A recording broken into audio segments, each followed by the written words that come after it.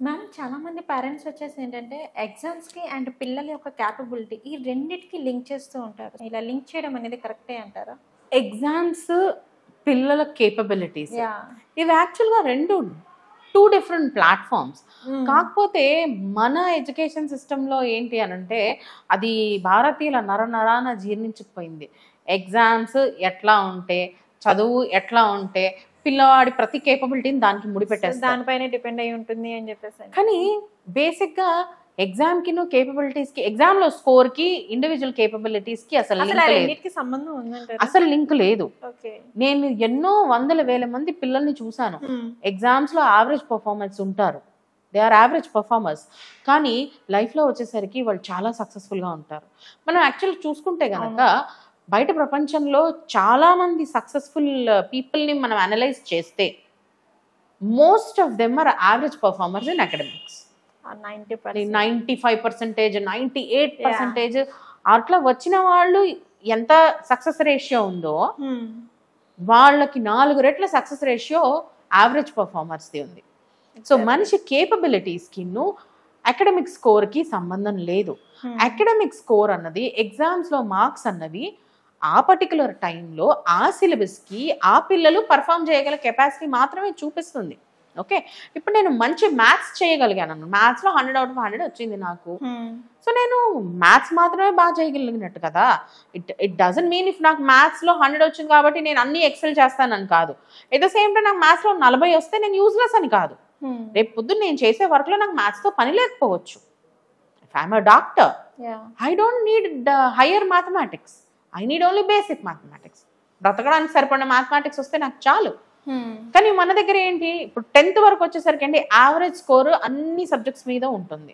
అన్ని లైఫ్కి ఇంపార్టెంట్ అయిన సబ్జెక్ట్సే. సో పిల్లలు ఒక దాంట్లో బాగా చదువుతారు, ఒక దాంట్లో బాగా చదవలేకపోవచ్చు, యావరేజ్ స్కోర్ పడిపోవచ్చు. చాలా మంది పేరెంట్స్ ఏంటి ఆ స్కోర్ బేసిస్ మీద పిల్లల్ని నువ్వు యూజ్లెస్ ఫెల్లో, నువ్వు ఆ ఫెల్లో, నువ్వు ఇది, నువ్వు పనికి రాకుండా పోతావు. Right, this is not at all advisable.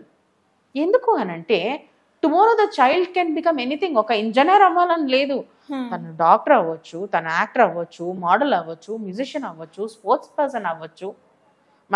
మొన్న చూసాను నేను, ఇప్పుడు సచిన్ తెండూల్కర్ ఉన్నారు. What is his academic qualification? What is Virat Kohli's academic qualification? ఏ స్పోర్ట్ అయినా మీరు తీసుకోండి. PT Usha, what is her qualification? How much did she score? Can you call her useless? లేదు కదా, we can't call. Abhinav Bindra ఉన్నాడు, how can you call him useless? Viswanathan Anand ఉన్నారు, academically ఎంత successful. Shahrukh Khan ఉన్నాడు, అమితాబ్ బచ్చన్ ఉన్నారు, so many people are there.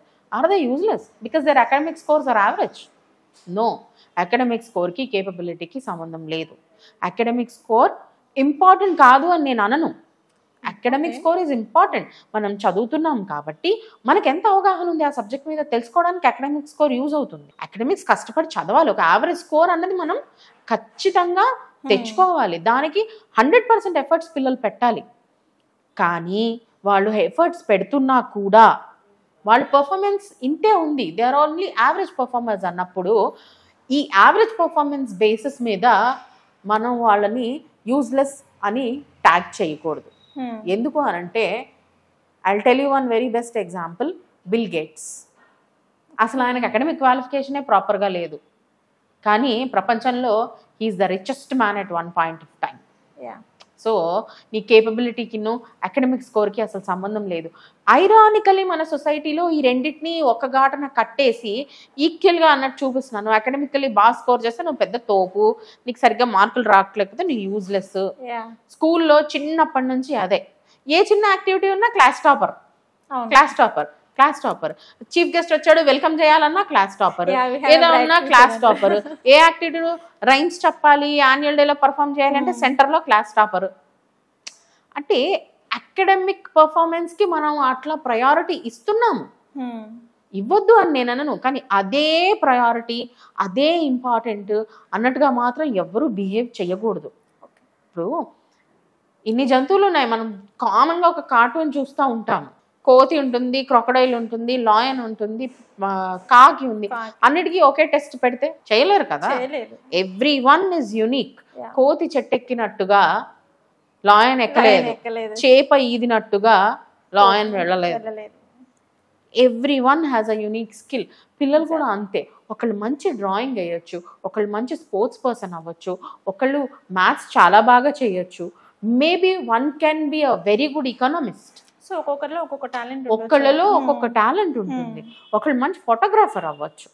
Academic 90% వచ్చిన వాళ్ళకి ఫోటోలు తీయడం రాకపోవచ్చు. సో అందరికి అన్ని ఉండాలని పెద్ద రూల్ లేదు. సో అందరికీ అన్ని ఉండాలన్న పెద్ద రూల్ లేదండి. At the same time average గా ఒక ప్రాపర్ అకాడమిక్ నాలెడ్జ్ ఉండడం అన్నది చాలా ఇంపార్టెంట్. ఎందుకు అనంటే చిన్న క్లాస్ అంటే క్లాస్ 10 వరకు ఏవైతే మనకు సిలబస్ చెప్తారో అవన్నీ లైఫ్ లో మనకి డైలీ బ్రతకడానికి అవసరమైన నాలెడ్జ్ ఇస్తుంది. సైన్స్ ఉంది, ఏం చెప్తారు? బయాలజీలో విటమిన్స్ ఏంటి, మన హ్యూమన్ బాడీ ఏంటి, ఎట్లా అని న్యూట్రిషన్ తినాలి, ఏది మంచిది, మనుషులు ఎట్లా ఎవాల్వ్ అయ్యారు, యానిమల్స్ ఎట్లా ఎవాల్వ్ అయినాయి, ఇది బయాలజీలో చెప్తారు. తెలియాలి కదా మనం పెద్ద అయిన తర్వాత మన నర్వస్ సిస్టమ్ ఏంటి, రీప్రొడక్టివ్ సిస్టమ్ ఏంటి, ఏం తినాలి, ఏం తినకూడదు, ఈ విటమిన్స్ అంటే ఏంటి, మినరల్స్, ఇది బేసిక్ నాలెడ్జ్. ఫిజిక్స్ లో ఏంటంటే మ్యాగ్నెటిజం, ఎలక్ట్రిసిటీ, గ్రావిటీ, ఇవన్నీ మనకు డైలీ అవసరం కదా. Same with many subjects. Social తీసుకోండి, ఎకనామిక్స్ చెప్తారు, రేపు మనకు అవసరం కదా. జీడిపి ఎట్లా, మన హిస్టరీ ఏంటి, మన పూర్వజులు ఎవరు, అసలు ఇవన్నీ బేసిక్స్ అండి. నేర్చుకోవడం చాలా చాలా ఇంపార్టెంట్. రాజ్యాంగం అంటే ఏంటి, ఓటింగ్ అంటే ఏంటి, ఇదంతా మనకు తెలియాలి. సో 10th వరకు ఎడ్యుకేషన్ ఇంపార్టెంట్. దీని గురించి సమగ్రమైన ఒక అవగాహన కల్పించుకోవాలి. పిల్లలు నాలెడ్జ్ రావాలి. 90% వచ్చిందా, 80% వచ్చిందా, irrespective of it. Not everybody. చాలా మంది పిల్లలు ఉంటారు, వాళ్ళకి అన్నీ తెలుసు, మీరు ఓరల్గా అడిగితే చాలా బాగా చెప్తారు, వాళ్ళు రాయలేరు. They can't put it on paper. So tomorrow వాళ్ళు అంత బాగా మాట్లాడతారు, వాళ్ళకి అంత అవగాహన ఉంది కాబట్టి ఎగ్జామ్లో రాయలేకపోయినా ప్రాక్టికల్గా వాళ్ళు పర్ఫామ్ చేయొచ్చేమో. కొంతమంది పిల్లలు చాలా బాగా మాట్లాడగలుగుతారు, ఎగ్జామ్లో వాళ్ళకి యావరేజ్ మార్క్స్ రావచ్చు. Maybe tomorrow they can become orators, anchors, so many things. So వాళ్ళ కేపబిలిటీస్కి ఎగ్జామ్స్లో స్కోర్కి సంబంధం లేదు.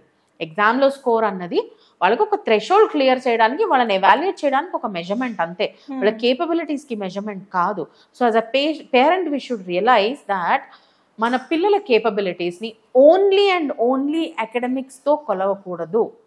అకాడమిక్స్ కూడా ఇంపార్టెంట్, కానీ అకాడమిక్స్ ఒక్కటే ఇంపార్టెంట్ కాదు. ప్రతి దాంట్లో ఎక్సెల్ అవ్వలేరు అందరూ. ఇవాళ చిల్డ్రన్ ఎట్లా ట్రీట్ చేస్తున్నారు పేరెంట్స్ అంటే, వాడు చదివితే క్లాస్ ఫస్ట్ రావాలి, చెస్ ఆడితే ఒక విశ్వనాథన్ ఆనంద్ అవ్వాలి, క్రికెట్ ఆడితే విరాట్ కోహ్లీ అవ్వాలా, స్కేటింగ్ చేస్తే గోల్డ్ మెడల్ రావాలా. అంటే నువ్వు ఏదన్నా చెయ్యి, దాంట్లో ఎక్సెల్ అవ్వు. నేను ఎక్కడో విన్నాను మొన్న ఏదో మూవీలో, నువ్వు ఏదన్నా చేయరా నాన్న, దాంట్లో నంబర్ 1గా ఉండు అంటారు. ఏదైనా చేయగానే నంబర్ 1గా ఉండాలన్న అబ్సెషన్ అన్నది పిల్లల మీద ప్రెషర్ పెంచుతుంది. So don't be obsessed with that. ఎవరి పిల్లలు ఎవరి ఇండివిజువల్ కేపబిలిటీని బట్టి వాళ్ళ స్పీడ్స్లో అచీవ్ చేసుకుంటారు. ఏంటి మీ వాడు ఇంకా అప్పుడే ఇంకా జాబ్ రాలేదా, వస్తుంది. ఏంటి మీ వాడు పెళ్లి చేసుకోలేదా, చేసుకుంటాడు. ఇల్లు కొనుక్కోలేదా, ఇంకా కొనుక్కుంటాడు. బట్ టైం ఉంది. ఎవరి స్పీడ్ ప్రకారం వాళ్ళు చేసుకుంటారు. ఎవరి ప్రయారిటీస్ వాళ్ళవి. ఒకటికి ఇల్లు కావాలనిపిస్తుంది, ఒకటికి బండి కావాలనిపిస్తుంది, ఒకటి నాకు ఏం అక్కర్లేదబ్బా నేను ట్రావెల్ చేస్తా అంటాడు. సో ఎవరి ప్రయారిటీస్ వాళ్ళవి, ఎవరి ఇండివిజువాలిటీ వాళ్ళది. వాళ్ళకి ఒక యార్డ్ స్టిక్ పెట్టేసి అకాడమిక్స్ అని చెప్పేసి దాన్నే మెజర్ చేస్తూ వెళ్ళొద్దు. సొసైటీ ఇవాళ అలాగే ఉంది. వాడికి 90% వచ్చినాయంటే వాడు కింగ్. అరే వాళ్ళ అబ్బాయి చూడరా అసలు ఎంత బాగా చదువుకుంటాడో, అసలు ఎంత మార్కులు వస్తాయి, ఎంత బుద్ధిమంతుడు. మార్కులకి బుద్ధిమంతులతనానికి అస్సలు సంబంధం లేదండి. క్లాస్ టాపర్గా ఉన్నాడు, పరమ చెత్త ఎదవ అయి ఉండొచ్చు అదర్ బిహేవియర్స్లో. అలా అని మార్క్స్ రాని వాళ్ళంతా వెధవలు, వీళ్ళంతా వెధవేషాలు వేస్తారని కాదు, వాళ్ళు చాలా మంచి బిహేవియర్ ఉన్న వాళ్ళు అవ్వచ్చు. So do not link capabilities and marks. ఇవి two separate entities. Parents should realize this and motivate children. మంచి మార్క్స్ తెచ్చుకోవడానికి మోటివేట్ చేయాలి, నేను కాదన్ను, కానీ తెచ్చుకోకపోవడం వల్ల వాళ్ళని ఒత్తిడికి గురి చెయ్యొద్దు. మార్క్స్ యావరేజ్గా వచ్చినంత మాత్రాన వాళ్ళు యూజ్లెస్ కాదు, దేనికి పనికి మాలిన వాళ్ళు కాదు. వాళ్ళు చాలా విషయాలకు పనికి రావచ్చు. వాళ్ళు ఏ విషయానికి పనికొస్తారో, వాళ్ళకి ఏ రంగంలో టాలెంట్ ఉందో, వాళ్ళ లోపల ఏ స్కిల్ దాగి ఉందో తెలుసుకోవాల్సిన బాధ్యత మన పేరెంట్స్దే. అండ్ దాన్ని ప్రోత్సహించాల్సిన బాధ్యత కూడా పేరెంట్స్దే. ఓకే, అంతే తప్ప నీకు అకాడమిక్గా మార్కులు రావట్లేదు కాబట్టి నువ్వు యూజ్లెస్ అని లేబుల్ మాత్రం చేయొద్దండి. So they are not linked at all.